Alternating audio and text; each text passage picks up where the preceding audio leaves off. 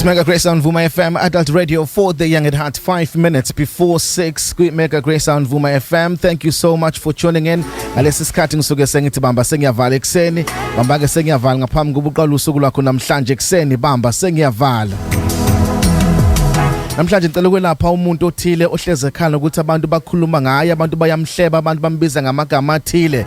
Njalo mawuqhamuka nokuyitshela ukuthi abantu bahleba ngawe, abantu bakhuluma ngegama lakho, abantu banezinto abazishoyo mawungekho. Ufuna ingabe sakukhathaza lento ukuthi kunabantu abangakuthandi noma kunabantu abakhulumayo emva kwakho. Ungalingi uvumelele leyo nto ikubambe noma ikubuyisele emumva, ngoba ngeke ubayekise abantu ukuthi bekhulume, ngoba nje as long as benomlomo abantu bayosebenzisela umlomo into kumele beyisebenzisele yona, bayohlezi bekhuluma abantu ngoba banomlomo ukuthi bekhulume. Angifuneke ukukhathaza ukuthi kunabantu abathile abakhuluma izinto ngawe nabakhuluma ukuthile emva kwakho. Nazi izinto engicela uyibambe.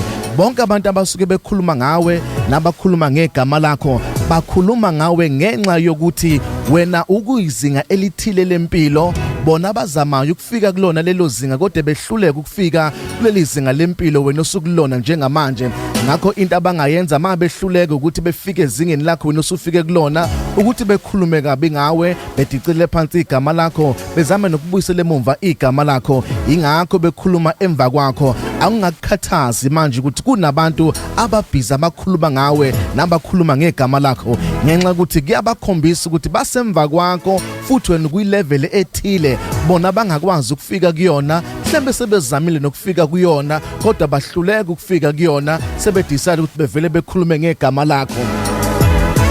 Kwesinye isikhathi bakhuluma ngegama lakho ngoba wena unezinto lezibona abangenazo, bayazama ukuyithola kodwa bayahluleka ukuyithola. Into abayibona ingcono ke manje ukuthi bevele bekhulume ngegama lakho ngoba bayazama ukuthi bebe uwe kodwa bakwazi ukuthi bebe wena. Kwesinye isikhathi bazama ukukopela lento oyenzayo nalendlela owenza ngayo wena kodwa bakwazi ukwenza njengawe, sebebona kungcono ukuthi bevele behlangane ngawe bekhulume ngawe.